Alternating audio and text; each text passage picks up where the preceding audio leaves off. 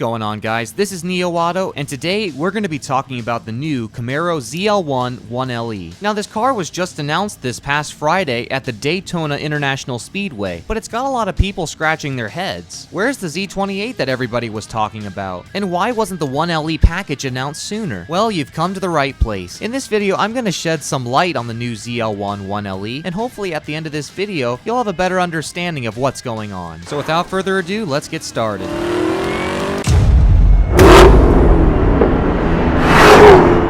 So first off, what is the Camaro ZL1? Well, quite simply, it's the most powerful Camaro that has ever been released by Chevy. The ZL1 comes with a 6.2-liter supercharged LT4 V8, and it produces 650 horsepower and 650 pound-feet of torque. To put that in perspective, the current SS makes 455 horsepower, so this is a good 200 horsepower above the regular SS. Now, one thing to keep in mind is that we've known about the new ZL1 for quite some time, but the car wasn't released until the end of 2016, so there's not a lot of them on the roads right now. And to make matters even worse, a lot of the people that ordered the car last year are still waiting on it. Hopefully it won't be long until they start showing up at dealerships. So like I said before, the ZL1 was announced last year and was released late last year. It's an amazing car, and I'm sure the people that ordered it are gonna love it. But Chevy has been holding a secret from us this whole time. On February 24th, 2017, Chevy announced the ZL1 1LE. The car was revealed at the Daytona International Speedway. It's a great looking car, but how is it different than the regular ZL1? Well, first off, the 1LE comes with an extreme track package. The package allows the car to handle even better on the racetrack. The stock 285 with tires have been replaced with 305s in the front and 325s in the rear. As a matter of fact, Chevy says that these are the widest tires to ever appear on a factory Camaro. The next big change is the race-inspired splitter and dive planes. The new splitter and dive planes weren't available on the previous ZL1, and let me be the first to say they look excellent on this new model. It makes the car look even more aggressive. But obviously, these changes were made not for looks. These new pieces work together to give the car more downforce, which results in better traction. But they didn't stop there. They also added a carbon fiber rear wing, which will help to create even more downforce. Another thing about the 1LE is that it will only be equipped with a 6-speed manual. So for those of you wanting the 10-speed automatic, you're gonna have to get the regular ZL1. The same thing was done when Chevy released the Z28. It was only available in a manual. And speaking in which, where is the Z28?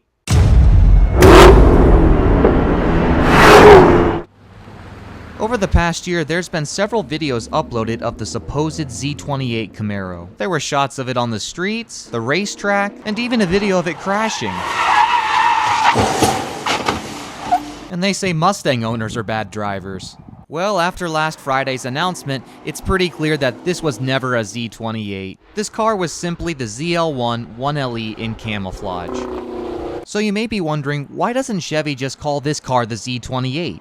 Well, the reason is Z28s of the past have always been naturally aspirated, and the ZL1 1LE is equipped with a supercharged V8 engine. Even though it's a track-worthy car, it can't be deemed a Z28. To further put the nail in the coffin, Chevy told us to consider the ZL1 1LE as the successor of the Z28. Now, this doesn't mean that there will never be another Z28, it just means that the ZL1 1LE is the best they have to offer right now. And to be honest, I don't have a problem with that.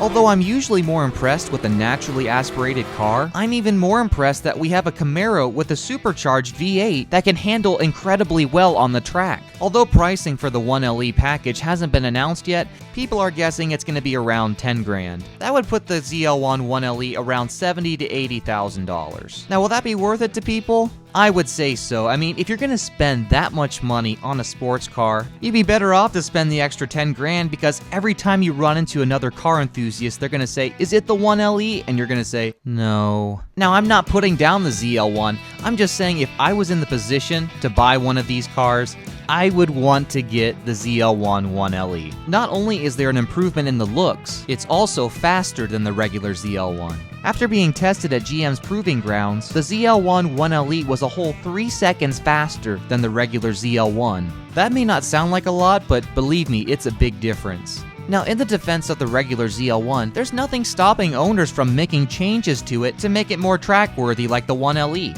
I mean, both cars are powered by the same supercharged V8, and with a few modifications here and there, who knows, maybe someone could make a ZL1 that could stand up to the 1LE. It's going to be really neat to see these cars in person, and I'm sure they're going to be a thrill to drive. Thanks so much for watching this video, guys. Have a great day.